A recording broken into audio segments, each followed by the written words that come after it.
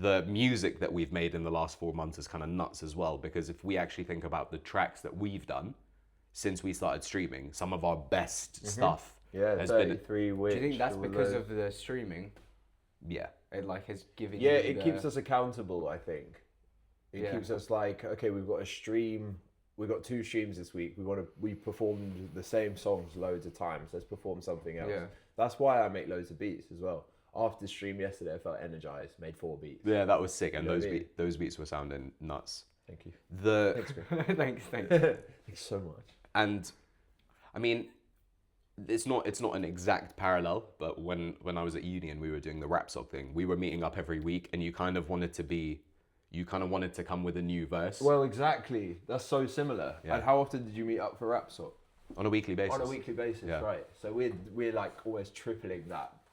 Yeah. The only difference is it was like competition amongst rappers, whereas here it's like I'm essentially the only rapper, Mayfly's essentially you're the only producer. It's not like I'm making any beats. Yeah. So there isn't so much like, I want a new verse because man like Mayfly's gonna shell me on this track. It's more like we just want to continue generating the phantom also music. It's like, I think we're getting really good at leveling up our own stuff and looking at everything as abundance rather than scarcity.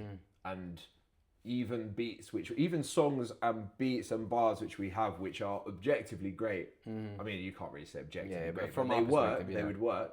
But we keep changing them out and swapping out stuff and leveling them up again. Some of the songs that we've made, even during this time, will never ever see the light of day. But it's all been One thing that is like big I've noticed with you two is you're like more distant from the music, if that makes sense. Like obviously you guys care about it a lot and you focus on Less making precious. it, but you're less precious about it. Yeah. And You guys have helped me with for that example, like so when much. we were doing the track list for ABP, and it was like this is the track list, and you guys have had that locked in for ABP and Leah Dadafi for both of those for like 3 years, and then essentially on a whim, you guys kind of looked at the whole list and were like, okay, let's just swap out these two so we can get in some of the newer stuff that you've made.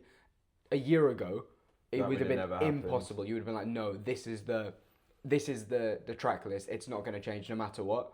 And as soon as you make a quote unquote like better song, you're like, okay, we should try and get this into the first project, so people can hear it. Like you guys would have never done that. Yeah, well, I think Exactly. there's a couple of reasons why I think that's the case. Number one, up till we started actually doing streams, Phantom was just this universe that only us Existed in your two minds. kind of lived in. But now it involves other people. Yeah. And actually, because we've been doing the streams and we've been getting feedback, like for example, King is just one tune that people really, really connect with. And I was thinking about our original plan, which was, okay, we do A Bitter Pill, then we do Love as a Drug, or we do Ballad of Billy Grease. One of those two in that order. And then it's going to be Cold Sonic Elevation, which is like a third project. And that's where we wanted to put King, because it used to be narrating. And I was thinking, are we really, one of our most loved songs, are we really going to wait 18 months for that to come out? I think you do have to kind of, ultimately we make this music because we want it to be heard. Obviously we do it for Not me. Yeah. I mean, Oh, is he going to sneeze? Yeah, I was gonna sneeze. No, it's I was gone. about to sneeze. I was about to sneeze, but it went, and I was considering like, do I try and you're mute supposed myself? to look at the light. Do I try and mute myself, or do I just like cover the mic and like sneeze? Probably a little mic shield would But be then I good. need to do one of these. little Little dab. bring it back. Yeah, what I was saying though is that Sorry. we make the music because, you know, we want it to be heard, and actually essentially we're kind of serving an audience and a fan base. So as much as it's like, yeah, we own it and we control it and we want it to be a certain way, I think we have developed this flexibility quite a bit because we've involved other people. And that's not even been difficult. That's a no-brainer. That's market research. That's like, obviously we're going to listen to what people like better. And that's even the case with other tracks. It's like songs which we thought were amazing don't really get any love on the live. I think it's just Or likes, or fewer likes. it's or... a Which different- ones do I you can't think? really think of many, but... Yeah, because I feel think like it's all the just songs are different. rated. But less so. Some less than others. For example, Studio Dom gets less love than King does. For sure. for sure. But also, I think it's different. I just want to say the medium. Yeah, one gets more love. Yeah, no, but I think it's different. Like Lament and Best in Season. No, Lament and like MK Ultra and the ones that have like more singing, like vocals on it. Those are more like commercial, and that gets more love on the lives. But I guess King is like more bar heavy, and that still gets loads of love. Do you know what it is? I don't know what the fuck. There's a variation. Yeah. I don't know anything. Get downstairs. Get out of here. Yeah, you're not allowed in Phantom upstairs anymore. Upstairs. What we're also kind of not considering is that the way that we're performing these songs on a live is actually very, very different to how a recorded song will be received. So something like King, where there is this big energy around it in the live performance, is sick. The ones where you guys are involved singing, I think is just more interesting visually and sonically for the people on the live.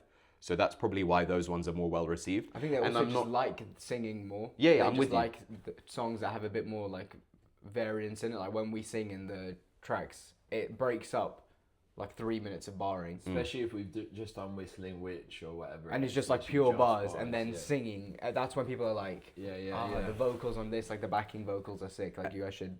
And well, I they think feel like songs. Sorry to cut you off. No, They feel like songs, don't they? They feel like we are all one coherent unit. Like even the lyrics. You're like helping us with the hook. We're like, I don't know. It all just kind of meshes and molds together quite nicely, doesn't it? what we need to be prepared for though is that the recorded versions might not like land for the fans in the same way that the live versions I've do. been thinking about this because they will, how can I put this?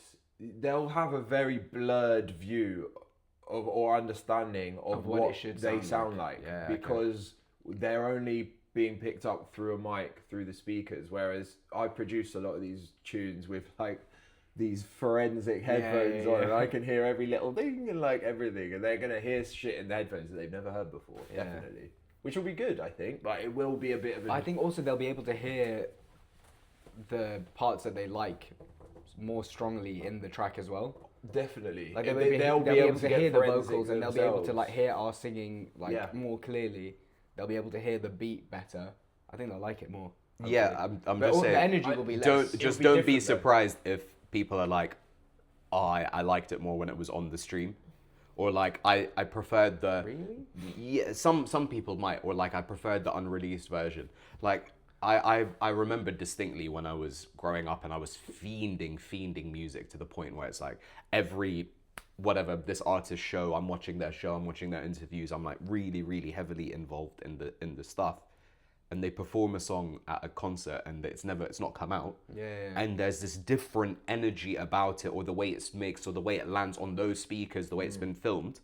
And then you hear the real version of it and it's just different. And it maybe doesn't connect. I guess it's kind of in the industry they call it demoitis.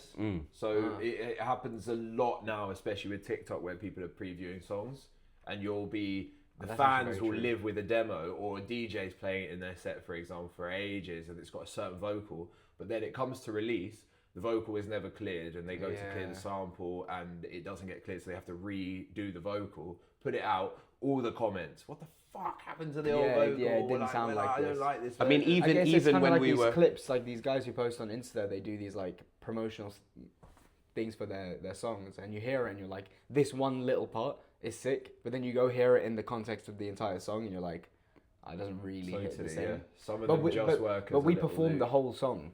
Yeah, we do. But on live, so it's like a slight. Do you notice how, like, for example, when we did the different version of King, Ibby clocked it straight away. He's like, this sounds different. So even the difference that people are hearing through the speakers on the phone. And that wasn't a different beat. That was us mixing the track. Yeah. So people are going to hear it and be like, this sounds different. They hear it like 3-4 times a week performed, because let's say we do it on average like once or twice per live, and people who are showing up for both lives will hear the same song 4 times. Then they'll hear clips of it. Like they're hearing it over and over and over again. So obviously the next time you hear it, if something's slightly different, they're going to clock it. Yeah. Like even now, if I listen to a song on Spotify and it has, like, they've changed something, they've like edited it slightly, I'm like, oh, they've changed something here. Like that they never used to say that word, or they've added new production or taken something out. Yeah. It's going to be the same thing with people listening to our lives. because they're in it for 2 hours twice a week. Yeah. They know what the song should sound like, and then plus we're posting clips of it as well. I don't think it's going to be as clear of a difference because it's as close to the actual song as possible in like 90% of cases. Like Yes and no. I think it's quite far removed. Like for example, if somebody was here at the yard and we played them the recorded version of the track, that would be as close to the real version as possible. We're talking about my vocals aren't recorded and I'm performing it live. We've got you guys with a bit of energy as well with backing vocals. With different backing vocals every time because I freestyle all the backing vocals. Yeah. So it is going to sound different. I hear you doing something different. I'm like, okay, I don't want to clash with you. So I try to do something different as well. And every time I should really tell you when I do that, but I'm always just, more than anything for me, I use those lives as opportunity to write ideas. Yeah, to figure out like what And, actually sounds good. And then especially when I'm clipping, I'll hear something like that's happened bare times where I'll hear something and go like, "That's sick, that's staying." Yeah, I'm gonna do yeah. that every time. Now. But what happens is I hear you like harmonize differently, and I'm like, And you're like, oh, I don't want to clash. look at mine.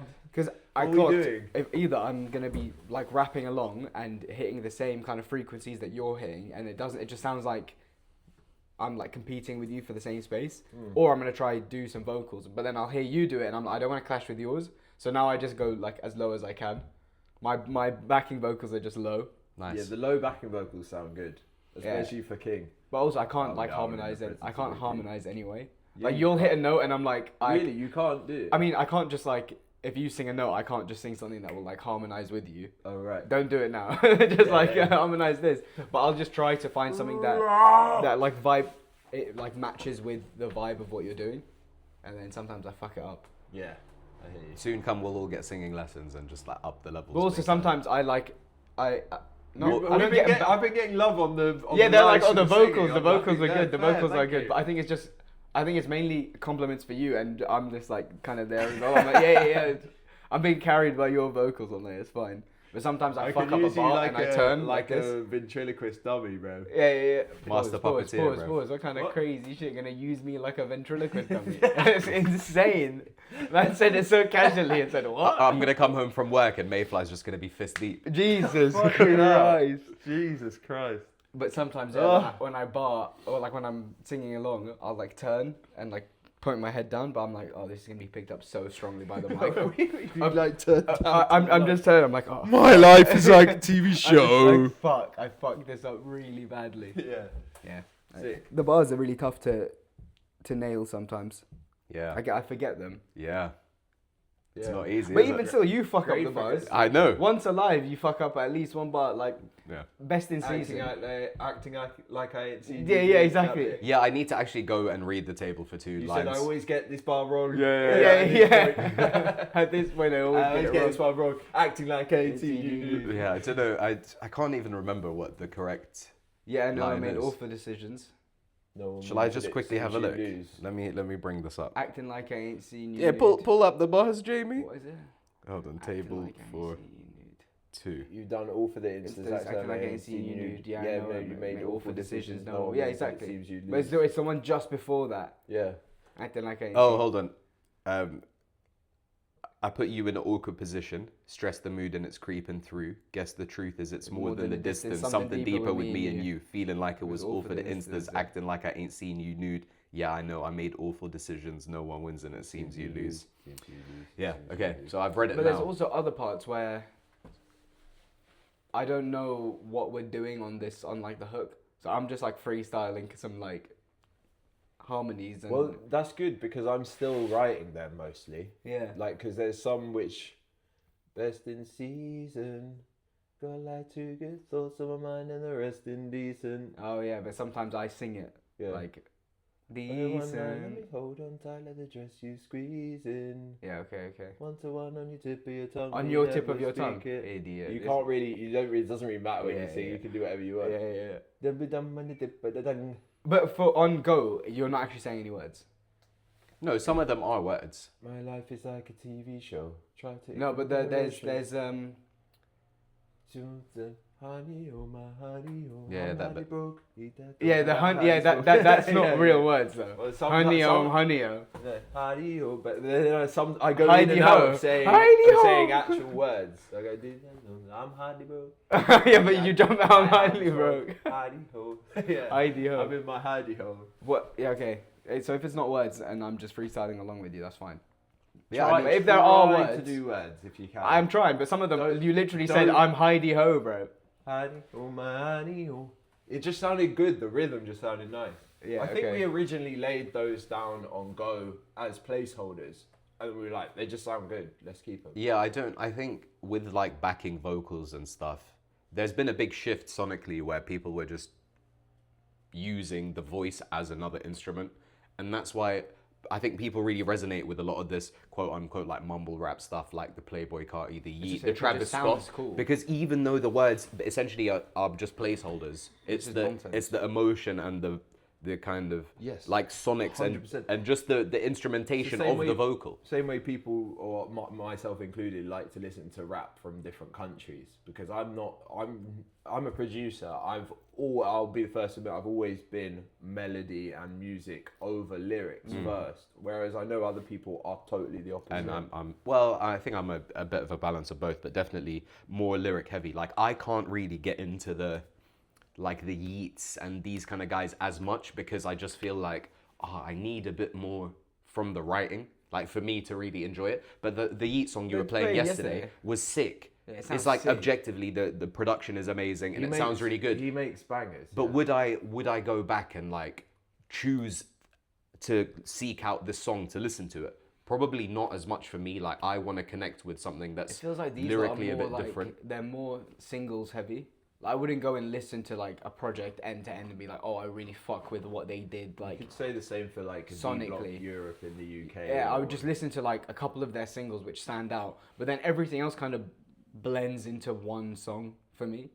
Like, I couldn't tell you any other Yeet songs, but if you played one of them, I'd be like, oh, I've heard this before. This one goes hard. But then exactly the other ones just blend into each other. I'm like, I don't even know what this could possibly mean or be. It's just some random shit that he's chucked together. Yeah, And then one of them bangs. I'm like, okay, I hear it. And I think that as a model for like nowadays, which is like what D Block was saying, where it's like, okay, every year you drop a project, let's say you've got 15 that's what I tracks was on gonna it. say. It's like one of them might connect with people and the other ones are like, cool, whatever, it's just a throwaway. You've got 10 to 15 chances at a hit record. Exactly. But what I really dislike about that is Bro, I got something in my you're going to be like performing. You don't have to be for. That's the whole point. If you're releasing, just perform your if you're hits. releasing one album a year, Yeah.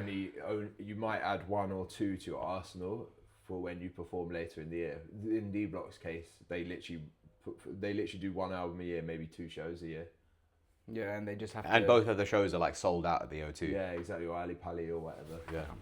Yeah. So they're cooking, and that's why, like, But I doesn't do that diminish think the quality of their overall discography. They like don't when care. you. It's a numbers game for them. I think that they want to make so much money from this stuff, and if you like they said, that's their way of looking at it. They want to do it like we've got one chance at a hit record here. Yeah, They're and if playing we the just numbers bang. game to try and trick the algorithm that way.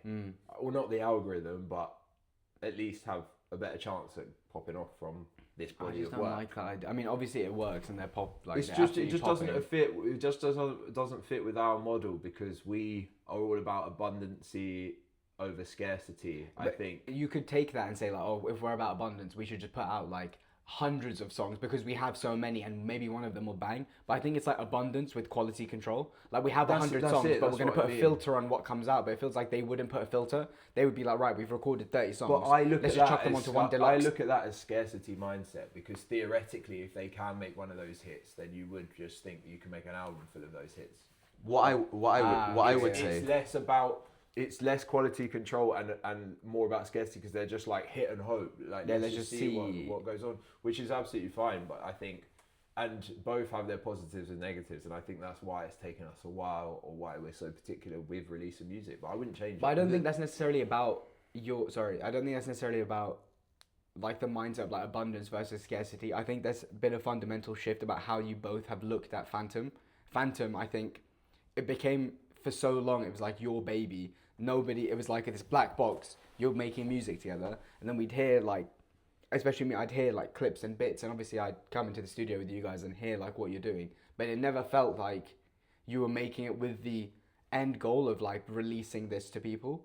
It felt like you were mainly focused on making something that you both fucked with a lot, and then Well, I think that's true. I Well, think that's why even it's- like 4 or 5 years ago, when it was like, cool, would you release this? You guys were like, yeah, yeah, eventually. But there was never really this drive. drive to be like, yeah, yeah, no, this is coming out like next year. It was I've got a few things to say about that. Firstly, I think the reason why the stuff now is so good is because we basically were in the trenches, just me and Mayfly, purely studio. Like, bro, we'd link up after uni. We'd spend the whole weekend together. We'd like sleep in the studio for like 3 nights in a row, and we'd do that regularly. Nobody came to a session with us for like 7, 8 years. The first person who was actually in a session was you, I'm pretty sure. So we kind of kept it as like okay, this is our dojo where we're gonna just get really, really sick at this. And now it's like, we don't mind people coming and listening, and we do these lives and like Taxes here and you're here and whatever, we're showing it off because we've put those hard hours in and we've made it this good. So that's the first thing. The other thing is, I think the way that people consume music has massively changed. Like when we were like young, listening to stuff that we liked, it was very much all around the album that's coming out. Like, oh, I can't wait for the new whoever album, like, oh, Kanye's gonna drop an album, or, oh, you know, Clips are coming back with an album, like more recently. But the younger generations and this whole streaming era means that actually people don't care about having a sick discography as much as it is getting the next single, like getting the next big stream. the big hit that's gonna go like viral on TikTok. Or something. Yeah, so that no wonder people like D Block don't necessarily want to craft an album where every song is a hit, because it doesn't serve them for it doesn't serve their audience. Yeah, totally, I agree. And Would like, you guys, if you could go back and say like, right, for the last 10 years that you've been in the studio together, would you not say like, fuck it, imagine if we had just been releasing for the last 8 years? No, Or do you think because- it's kind of like the inverse, where there's the only things that will come out from Phantom that will be like officially released by us will be of a certain quality, or people will be able to see the development over time of like, this is the first track, like the first album they made 10 years ago versus something they've released now? Or do you think that's going to be the case from now and in 10 years time? So like A Bitter Pill, and then 10 years from now people will be comparing what's come out to A Bitter Pill and be like, wow, look at the difference, look at how their sound has evolved. Because your sounds have evolved massively over the last 10 years, but the only people who know about it are you two and me. I think that, I don't know, I think obviously we're always going to be adapting and evolving, but I think that there's sometimes too much like faith put in the fact that, oh, look how good it is now. Imagine how good it will be in 5 years time with an artist. And I don't think that that's true at all. I think that for us anyway, we were always this good. We were always this good, but we didn't know some of the technical stuff. We didn't know how to finesse. For me anyway, I didn't know how to mix properly, or what was going to sound good on speakers, or bouncing stuff out, the content, all these things. I think there's this bit of this stigma of like, yeah, he released this and he's only 19 as well. Look how good it is. Yeah. Imagine what it's going to be like when he's 30. And I think, I don't know if you really, you do develop and you learn and stuff, but I feel like a lot of it is like, I don't know, maybe even at that time you might be at your best, at your rawest, and people who are 19 and smashing it are only going to really like be a bit more jaded down the line. I don't know. I think that that's like, we're not fucking footballers. You know what I mean? where We're you not- have like you're not going to go into your prime get at washed, 26 and like, oh, he's a wonder kid or whatever. Yeah. I think it's just everyone's path is totally different. look, hindsight is obviously very powerful, and if we knew everything that we know now 10 years ago, obviously we would have released the stuff, because it would have been at a level where we have the marketing now, so we have the mixing capabilities. But the only reason why we're ready to drop the stuff is because it's taken this long to get here. Like, do you know what I mean? Like, we've honed the skill to the point where it's like, okay, we are now ready to put things out. If we had the same knowledge back then, yeah, I'm sure the stuff would have come out, but we just never felt as though I don't it was even- of a level where it was ready to go.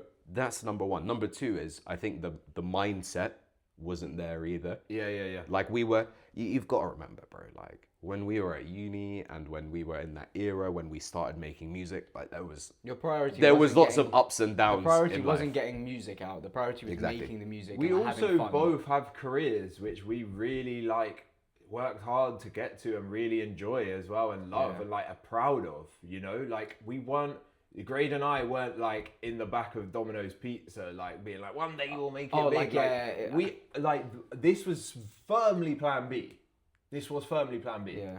So it's got to a point now with the streaming where for me it's undeniable. I don't know if we hadn't done this streaming and got all the love we had, I'd probably still be like, no, plan A is the job, bruv. But now I'm like, no, because we've got this small bit of market research. We've got these people who love the tunes. Yeah. I think it's all, I wouldn't change a fucking thing. I think it's all come to the right place at the right time. Do you think if you guys were working in like careers or things that you like hated, or you were not like you hated your job, but it was more something that like I just go and I just get it done, like I don't really give a shit about it at all. Do you think if it was if your work was a bit shitter, you would have been pushed to drop the music? Was this the Region B paradox? So for example, if you were both like, we fucking love music, but unfortunately we have to work this like warehouse job. It's like manual labor, 6 days a week. It's really shit, and you're kind of like just doing it to get by so that you can make music. Do you think if you were in like a tougher scenario, the music would have come out? No.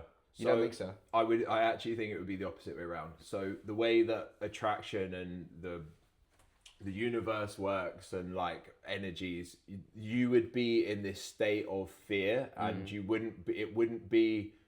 wouldn't be any love going into the craft. It would be a means to an end. It would be like a salvation. It would be like, we have to make this work because I can't go. That's not when you create your best work. The reason that we're in this position now is because this whole time we loved making the music, and it was an addition. It was a bonus. There wasn't a pressure for us to like, fuck, if we don't do this, we're going to be at this Domino's for the rest of our lives. Yeah, it was never about like making money.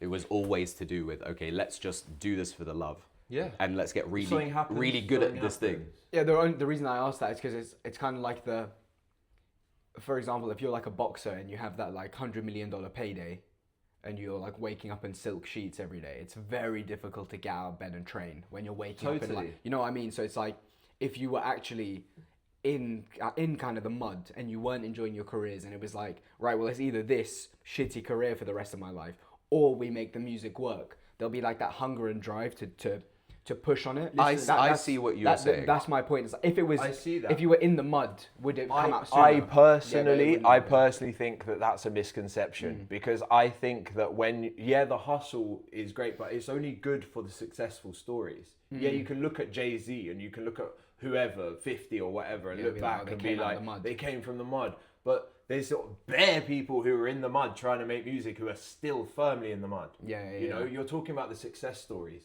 Whereas I think if you're talking about the human psyche and how like energies work or whatever, if you are in a bad place and you are struggling and you are living out of fear, you don't know if you're going to make ends meet, you don't know, you are not going to be creating your best stuff. Yeah. You just won't. Yeah, because you will be like, I think the cortisol's going to be high, and you're just not going to be, all you're going to be thinking about is making ends meet and just like getting through, and you won't have the energy. Like I was very much like mentally energized to come to the studio after a full day of uni. Like I was in central London, I'd hop on a train, I'd link Mayfly at the yard, we just jump in studio straight away. Like it was like an escape. It was just like fun to do. But I think if you'd been grafting like 12-hour days, 6 days a week, like you're not gonna even want to fucking link up and spend the whole night and not sleep until 6 a.m. because we're cooking. You're not gonna want to do that. Also for me, that was what we were like looking for. That was just it was a fun. gasman. Do you think there's like a glorification of this like hustle culture, basically? I think so. Because it's like, obviously you've got entrepreneurship and like the startup hustle world where it's like work 12 hours a day every day, and that's what life is just like outworking your competition. Do you think there's something like that equivalent in music where it's like the glorification of coming from the mud, and you see, I don't know, one artist who has come from nothing, and then they just have one breakout single, and then everybody looks at that and goes, that's what success is coming from mud to one single that goes clear versus a consistent, like, we're working, but we've also can sustain ourselves outside of music and with like actual careers, rather than a career in crime or like drug dealing or like gang affiliations, and you're making money off like banging F or something. There's like, actually, you guys have a career that you can both make money off of, and you do this for the love of it rather than for any other reason. Yeah, I think everyone's path is completely different, and Grade and I we were blessed enough to be in positions where we went to we had a good education, like we did all the work to get there, we ended up getting good jobs, we did all this, so we weren't in this struggle situation. Everyone's path is completely different, and there are people where absolutely that is relevant, but I do think there are certain people who would be like, nah, if I'm going to be a rapper, I need this backstory. Yeah, that's what I'm saying. Yeah. I'm not going to name names, but there are certain rappers who don't live what they actually claim to live, for example. And we like never ever want to be those. Like that's not us, you know. Like we're very everything that we write about, or everything we've written up until now, is what pours out of us rather than trying to force something. And I think that certain young aspiring rappers might see some of the big rappers who've come from the mud, and they might be shot as they're in and out of jail, whatever, and be like, that's how you make it. Yeah, you have to live I life. have to be a trapper, bruv. Yeah. I have to be a trapper. Guys... Otherwise, I can't rap. Yeah. Also, in terms of how we've come to this point, you know, your question was, okay, if we weren't this successful in our careers, do you think the music would have come out earlier? And I think actually one of the big reasons why we're even in the position that we are is because we had like disposable income to invest. Yeah. So instead of being, you know, the behest of a label who's like investing in us and we have to do what they say, no, we made enough money to buy all the equipment, to pay for mixing, to do this, to do that, to have a lot more control over it. So, you know, I personally wouldn't have changed it, because we are autonomous. You know, like we've managed to get to this point basically off our own backs with no one's help. Like really up until a few weeks ago, and we were involving a mix engineer for like the first time. We literally had no help from no one this whole time. Yeah. And that's how I would like to continue That's it so true. further Never forward really as well. Thought about that at all. Because that keeps it. Like somebody on the stream the other day was like, what makes us unique compared to other artists? And I just think it's because it's literally us three just from the house. Yeah, just like, doing it. It's very much... This is what we'd be doing if the cameras weren't on. But like Exactly. you mentioned that there's like the balance of doing it all yourself and like recording it in your house, like setting everything up.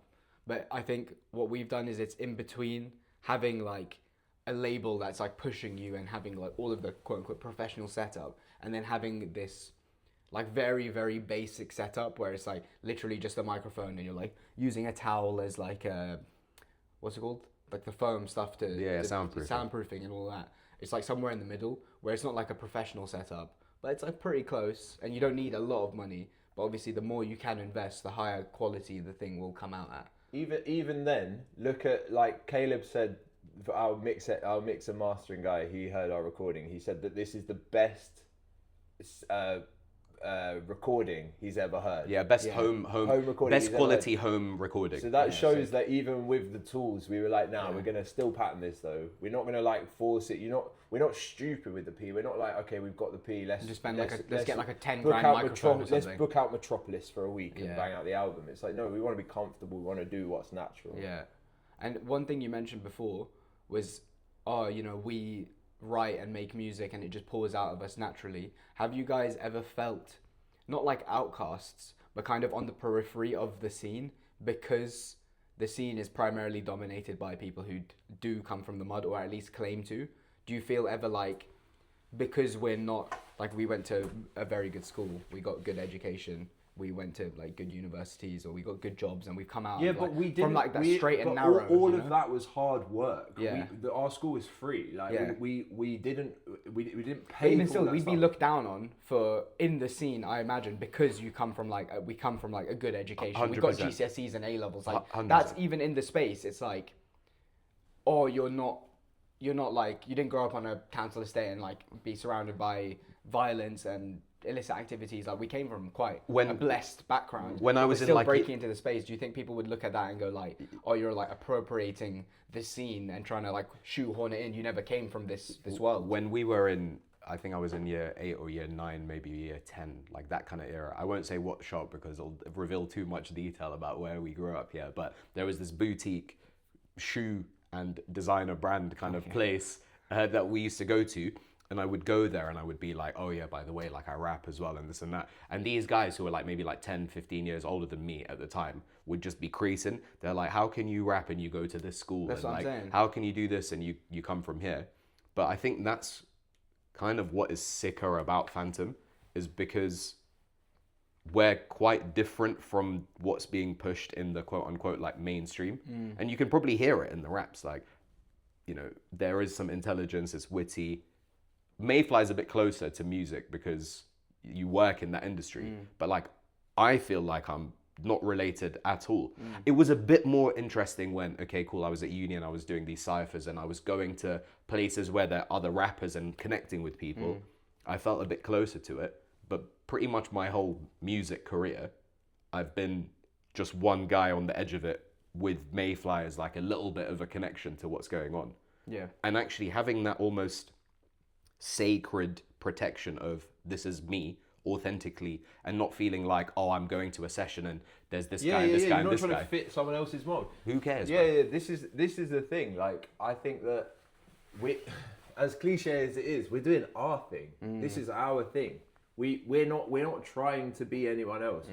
All the time. Like, the best way of putting it is some of the beats that I made 10 years ago, and the bars he made 10 years ago. I mean, the Go, for example, we made that a long time ago. 10, maybe 8 years ago, something like that. We've not changed that at all. All these other artists have come and gone in that time. Yeah. That stood the test of time for us. We're still like very proud of that tune. And I don't think we follow trends. I don't think we're trying to... There's the UK underground scene at the moment where everyone's just like losing their heads over the same like tunes. Like, we're not trying to like push ourselves into that box.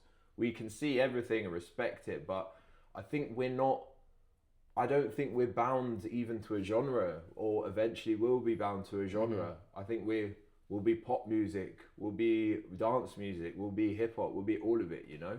That's how I see it. I see Phantom as an all encapsulating thing rather than us trying to fit into a scene. It's a bit more like, do you want to buy into what we're doing? And you said like, oh, stood the test of time. Obviously, because we haven't released anything yet, it's hard to ground standing the test of time in anything external, but it's standing the test of time for like you two, Our in terms own of gut how feelings. proud you are, or like sonically how it sounds on its own, or do you take into consideration the music landscape as well? Or are you just saying like, we made this song, call it 8 years ago. Obviously it's had some iterations, but the bulk of it, 80%, is exactly the same. I think you're still proud of it to The this day. fact that it's still in contention even. Yeah. Naturally, there are songs which you just don't even talk about anymore, or that we made. Like, there are hundreds of songs we've made which we don't even talk about. Yeah. You know, whereas there are those ones which we always thought got were a bit good at about the time, it. Yeah. and they have just carried on through. You know, we So- could have easily, when we were restructuring a bit of Pill, we could have easily got rid of some of them, but we didn't want to. Yeah, I think it's like, using that as a specific example, there's a couple tracks where it was like, this is like the weakest one out of the 7, but then it's like, okay, well actually if we just like chuck it on this beat that you made a lot more recently and kind of like match it with something that's a bit newer in your arsenal, then it's like, okay, well it's now been elevated back to the level of all the others. So yeah, you don't have... Yeah, you're not as precious with the stuff. Like, you're way more willing to chop and change, which is so welcome to somebody who's like trying to get you guys to fucking... Like, please release it. And you're like, oh, it's okay. Like, we don't really give a shit. But like, if I told you guys 2 years ago, like, we're just gonna, essentially on a whim, just look at the track list and go, we're gonna change the beat of this one and completely remove this within like a 2-minute conversation, and there was no like... Neither of you lost your heads. You're both like, that makes sense. Cool. That makes sense. Yeah. Like, you would have never Well, done we've that changed before. a lot. We've changed a lot. Yeah, which is why I think when you were asking about timing, like, I think it's good timing for us now. And it's interesting, before we started recording this today, we were talking about Outkast and like when that album dropped and like this and that, and we're talking 2003, 1997, whatever. So you're saying, does it stand the test of time? I mean, we're still listening to music which is older than us and enjoying it. So why wouldn't a song that we recorded 10 years ago still sound good today? Do you know what I mean? Like how what people listen to music from the 1800s. Like this is very much like a subjective. But I guess it's like People culturally do now. nostalgia records, try and make it like look at try and Fake capture the Mink time. and Feng and all that. They're trying to make these like recent nostalgia records, from when they were kids, which is like 2010. Which is You know, like absolutely like mental. old Cuddy records. Yeah. Basically, it just goes to show that everything's cyclical. Yeah.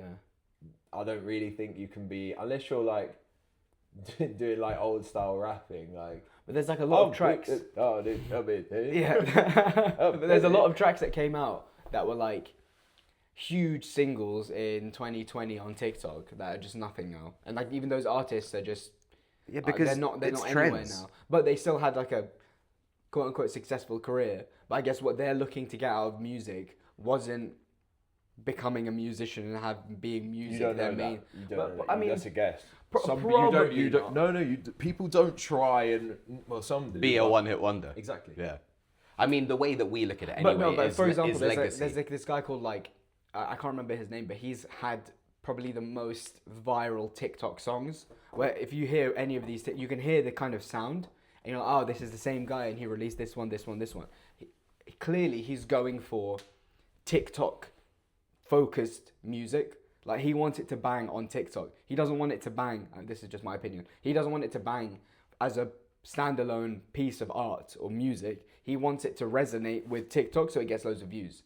Like you guys don't give a shit about that. Like you will never make a song for TikTok. You'll make a song for yourselves and then we think this is sick and then put it out, and if it happens to blow up somewhere else, that's a happy byproduct, you know?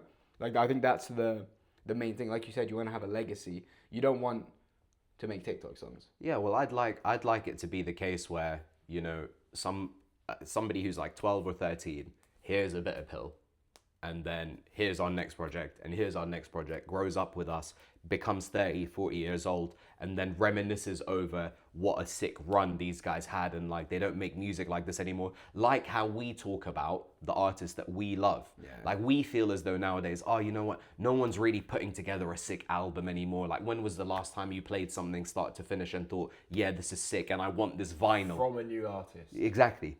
But it's these older artists who, you know, like we've got their vinyls downstairs and their stuff up on the wall where it's like, I want somebody to look at Phantom the way I look at Kendrick, or I look at old Kanye, or I look at Pusha T and Clips, Freddie Gibbs, where there's legacy, there's creative thought. You can tell that these people have put some serious effort into this rather than, oh, they're doing this to just make bread. Or at least that's how it's perceived. Yeah. Because some of the biggest records in the world are the ones we like the most. Yeah. You know, that Dark Fantasy obviously made bare money, or Watch the Throne obviously made bare money, and they did it to make money, but the art is undeniable. And that's like the sweet segue. No, they did it for great art, and the great art gets the respect, which means that I think anyway, like that is exactly what you want. That's It's exactly the what you perfect want. intersection between making something sick and then having it resonate with a big group of people who will fuck with it. But even still, you guys, at least my understanding and like the vibe I've been getting is like you guys would take having a small dedicated fan base of people who fuck with the music and like they really want to come along with the journey, rather than a big fan base of people who kind of like give or take, like they don't really give a shit, but maybe one of your singles they resonate with. You'd rather have people resonate with the project or like Phantom as a whole more so than having one standout single. Yeah. Or you don't give a shit, just as long as people fuck with it and that's it. And well, like, I mean, both. the outcome is neither here nor there. It's just the input that you guys like. If it was down to me, like all the regulars, like all the people who are locked in, and the people, for example, who are going to listen to this. Shout out regulars, by the way. shout out. Yeah, like the people who are going to listen to this show, like I care much more about them still being invested in Phantom in like 3-5 years time than I do about having like a million random people stream our song. Yeah. Because what is giving us the most enjoyment right now, and we talk about this all the time, it's like, bro, I can't believe people are in the Discord and they're asking us questions, or they're liking our posts, or they're engaged about this single coming out. Like, to me, that's way more exciting than when we drop Go and Go gets like 1 million plays on Spotify or whatever. That moment is, we're still gonna celebrate it. Yeah. But I'm not sure I'm gonna get as much Like satisfaction out of it.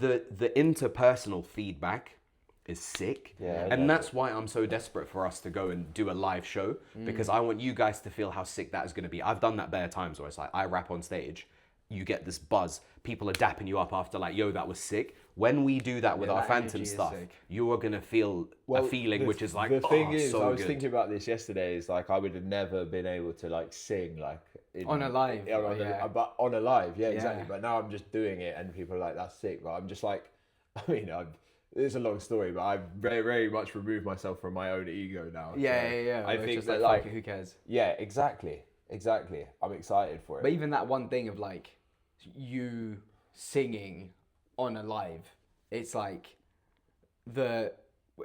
6 months ago, it would have been like, get the fuck out of here if you think I'm going to sing on a live stream to random people who I don't give a fuck about. all day. Exactly, it would have been like, breathing I need to warm up the exercises. vocals, and it's like, La, la, la, la, and now what la, la, happens la. is Grade will just jump into a track, and then it will be like, oh fuck, me and you now need to jump in Yeah, and sing yeah, this, and yeah, we yeah, fuck yeah. it up, and it just like keeps, Yeah, nobody it's cares. fine. Yeah. That's the vibe. It's true. Should we dig out a question?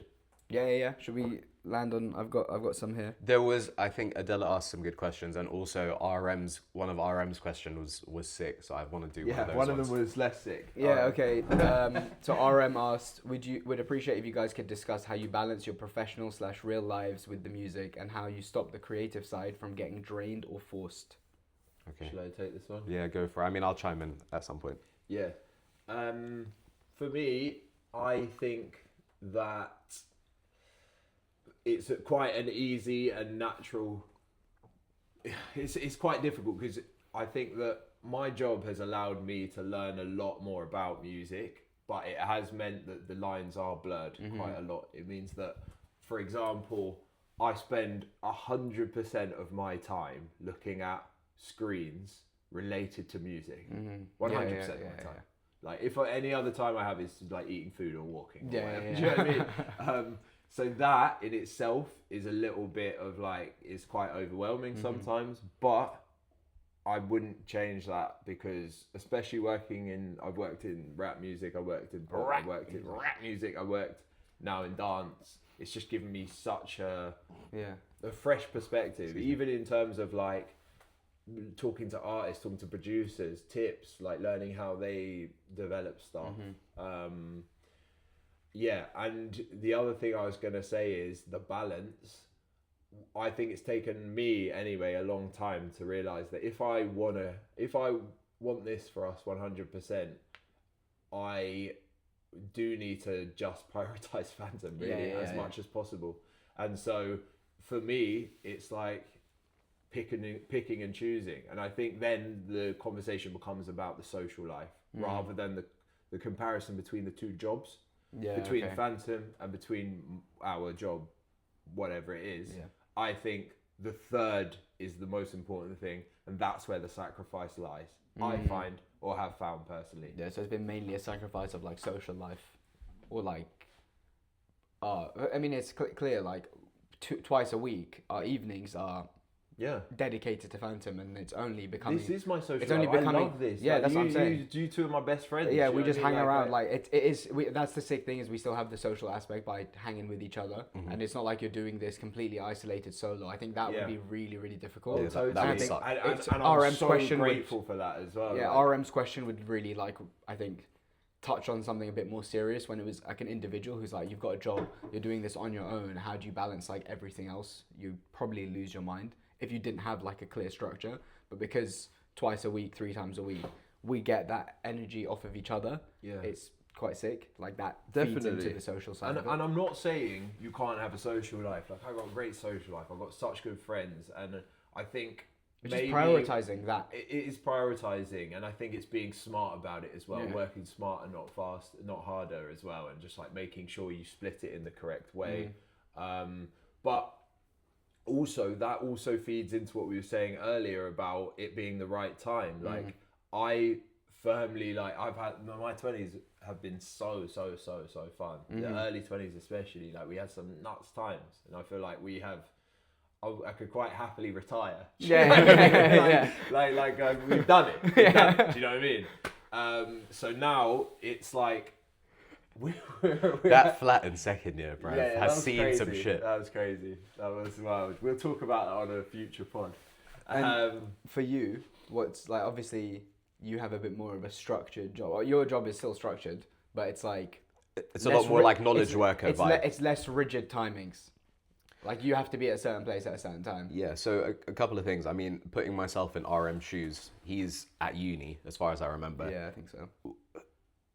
If you have a creative pursuit and you're studying at uni at the same time, I think it's easy. Yeah, I actually think it's so easy because we had bare free time at uni. So much. And all I did with my free time at uni was just fuck about and just get mashed up and like go out and party. Whereas, you know, we could have started a business. I could have had a job. I could have done all these things. Okay, now you have a job and you have to balance that plus your creative endeavors, plus going to the gym, plus whatever.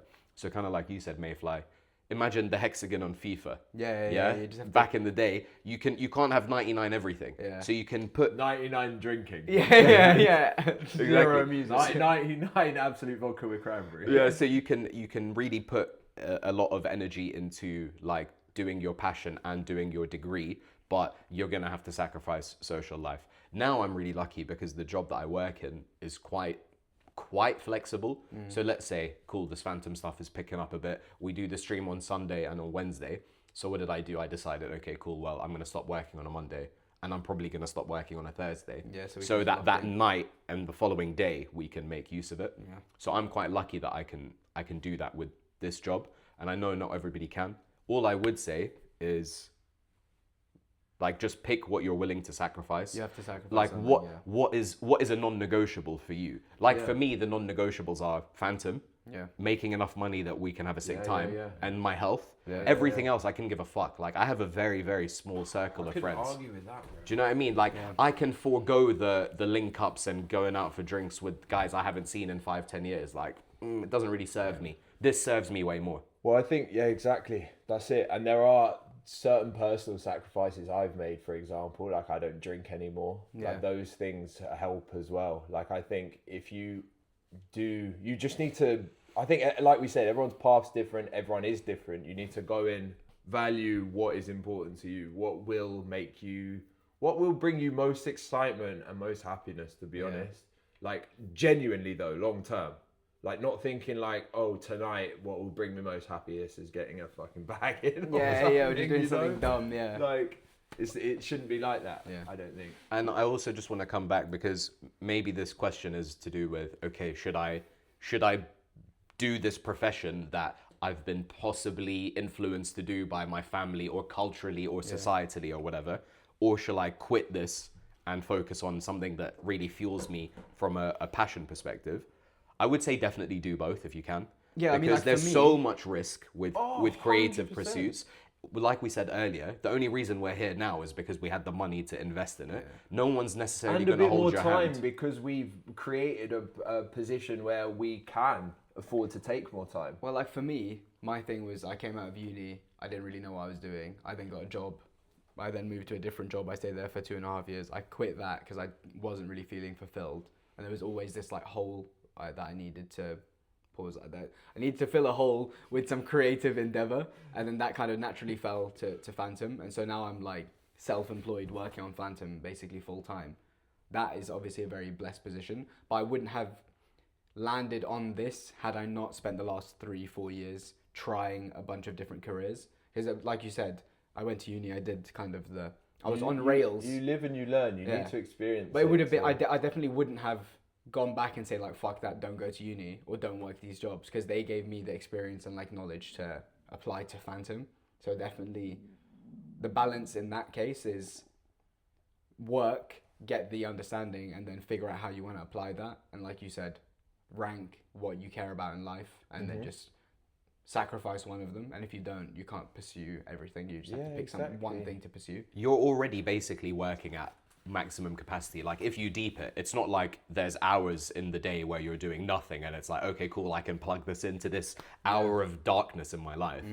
You're already maxed out. So you should really just deeply look at what your life is and think, okay, like I said earlier, what is absolutely non-negotiable for me and what is, I can take it or leave it. Yeah. And once you cut out the things that aren't really serving you, the amount of free time that you have is actually ridiculous. Yeah. And you know what? Little bullshit relationships aren't going to last, but the deep ones are the ones you nurture and you value, right? Look, absolutely, and on your point, like the way I would suggest to do this is look inwardly and just what does your gut feeling tell you about these things?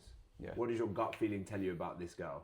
What does your gut Yeah, feeling yeah. you tell about the fact that you're drinking every weekend? What about like the work that you're doing? Or do Yeah, you feel how fulfilled there? hard you've been putting in the work, what you're eating. Yeah. You are your internal compass. Yeah. You just look internally. The anxiety or sadness or stress or whatever doesn't exist in a void. Just don't be sad. Yeah, just don't. Well, basically, but Yeah. but use them as a tool. Work Yeah. out what that is telling you about your life. Yeah. You know, why am I anxious at the moment? And it will be because you've been doing something in particular, Yeah. and it's your body telling you that's not what you need to do. More anymore. often than not, you can just trust your gut, like your gut feeling, when you just like sit and Your most let innate, it. your most innate first gut feeling is what everyone should strive to It's try. usually and listen correct. To. Sometimes you follow your gut and you're like, "Wow, that was dumb," but At like least 9 times at out of least I 10, followed my gut though. yeah, exactly. Yeah, and then there's this whole thing where people say if you were watching your life as like a movie or a TV show, like what would you be screaming at the screen? Yeah, telling like, you to do. And oh, you it's just know so it's so obvious. Like, get out of this relationship or like quit your job. Like, it's so clear. But when Stop you're doing crack, Yeah, yeah. when you're in it and you're like very close this to it. crack is fucking with your brain.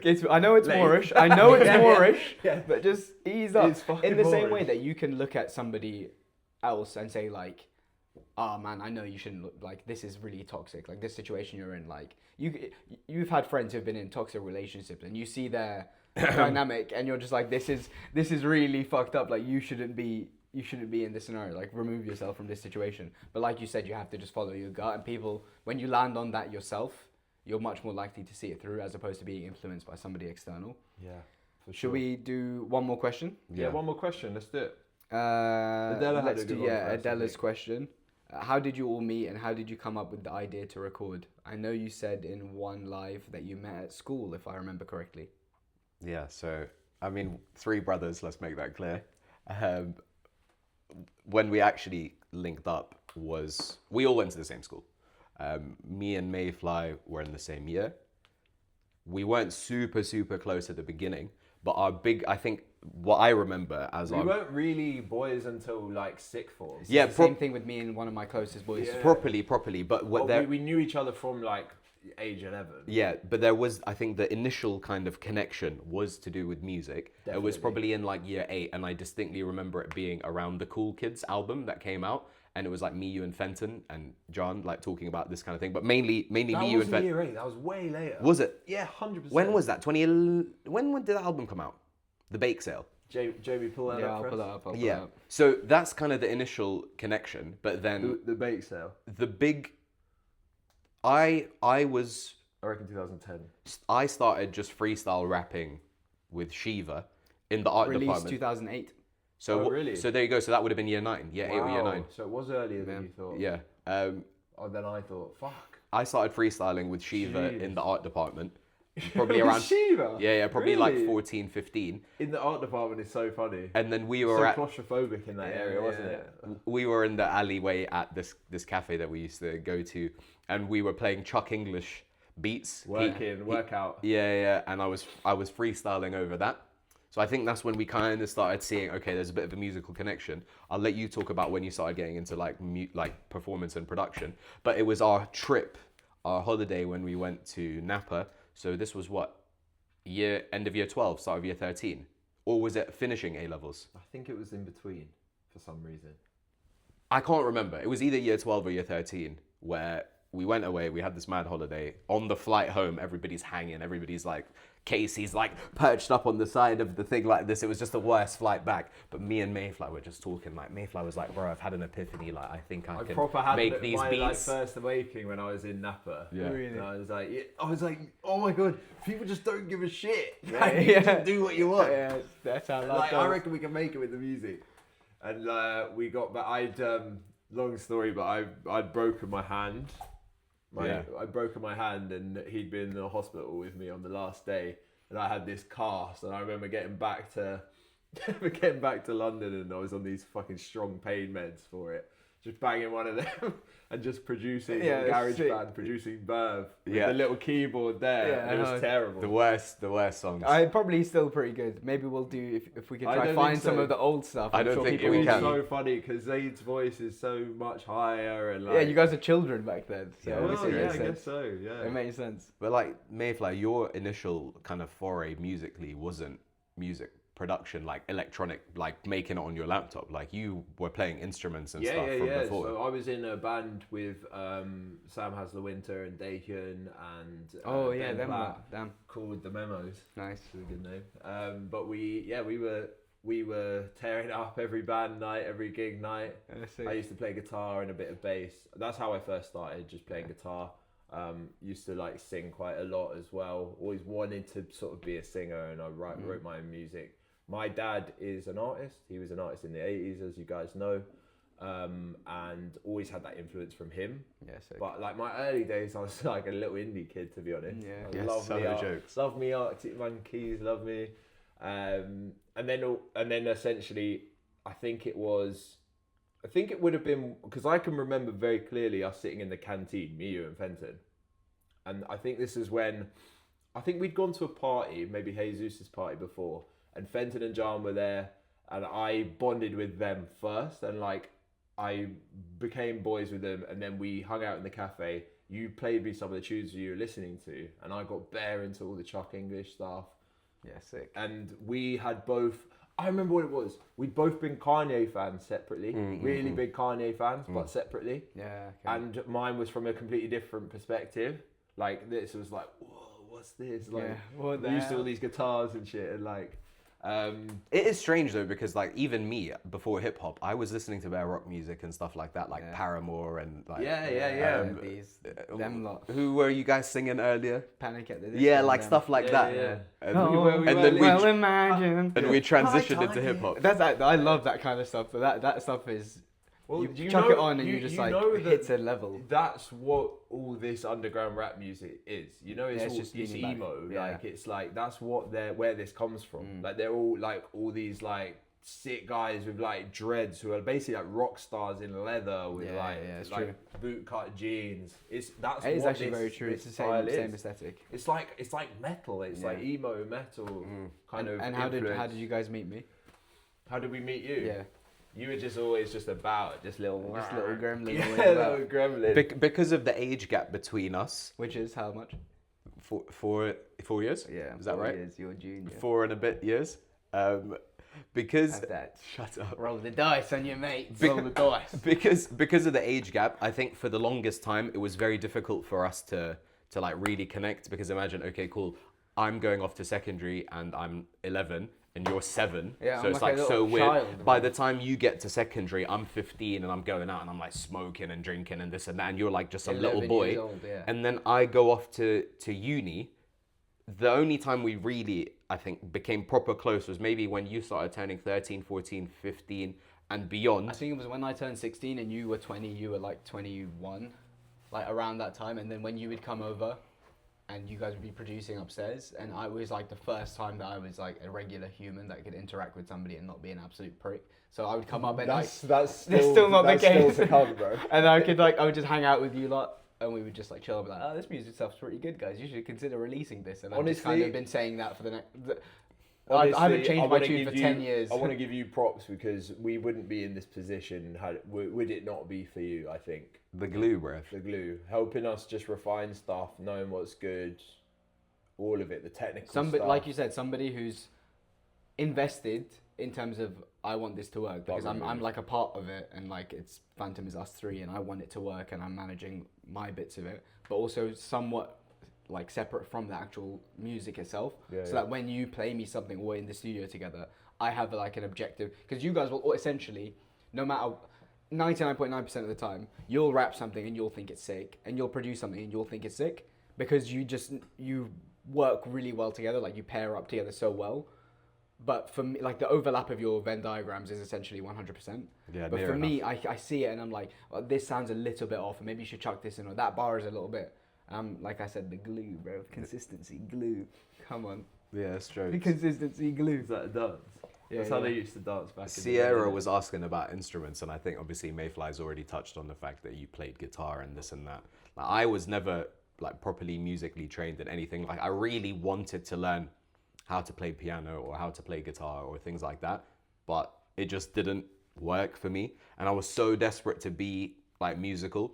Like, I'm so jealous that you can produce, and I wish that I wish I was a better singer. I wish I could fucking play some shit. Like, yeah, I might have a few production credits because I like played some stuff on a keyboard. Great VIP. Yeah, exactly. But I never had that musical teaching. Even though we like studied music at school, and I was in the choir and this and that, it was very fringe. That's again where we just mesh so nicely, because I think that the fact that it's probably a good thing that you can't sing, because it means that then I have to fill that role. But also it means that if you're classically trained, you're probably more likely to follow like a certain set of rules or things that must be true for your music to be made.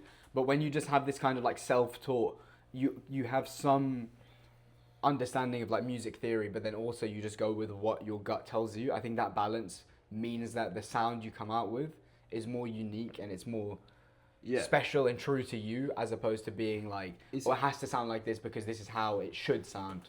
You know, it's interesting you bring that up with classically trained people, because I was thinking about this recently. But I was thinking about like I went to a little, it wasn't an orchestra thing, it was like a small band, it was like a 5-piece or something like that. And I was thinking they were playing other people's music, and I was thinking, this is technically creative, but it's not at all.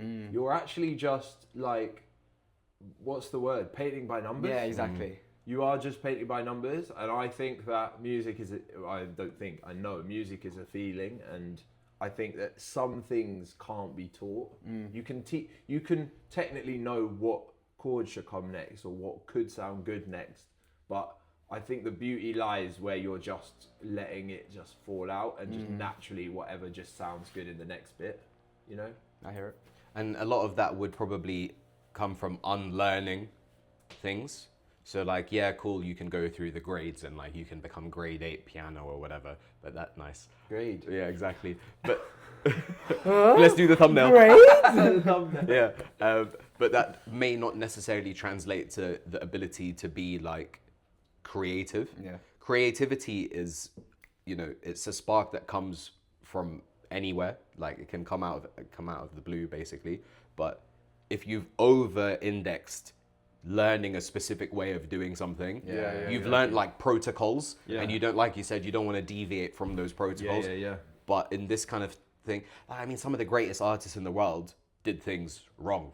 Like, one that comes to mind is like Jimi Hendrix, who played the guitar the other way around, but he didn't play it. Like, he didn't play a left-handed guitar. He played a right-handed guitar the other way, or whatever. Yeah. So that's like clearly wrong. But he became one of the most greatest ever. Yeah. Exactly. So it's little things. I'm not saying we're Jimi Hendrix, but little things like that where you deviate from that, from the norm. Exactly. Any music which comes out, which you like. I mean, for example, this Young E-Man record, Popstar in the Bits, which we were playing before, and we were all like, "Oh, what's this? I like that song now. I like it, hear it already." Like, I'm like, okay, I get it, and he's really pushed the boat out and done something completely different there. It's not going to be for everyone, and not everyone's going to sway, but you have to be a trailblazer. You have to do something different. People try and make it by recreating other people's sounds, and it's like, no, the reason they got there is because it was the first time that sound happened. And if somebody now emulates it, it doesn't hit the same. It doesn't have like, you're trying to capture lightning in a bottle again. It doesn't work. I think with our music, we take influences from people for sure, but we never are like, fuck, we need to make something which sounds like this specific. You're just making it because it sounds like how you want it to. Yeah. Sick. That's it. All right. Cool. Are we wrapping it? Yeah, nice one, lads. Are we wrapping it? Big up. Beagles.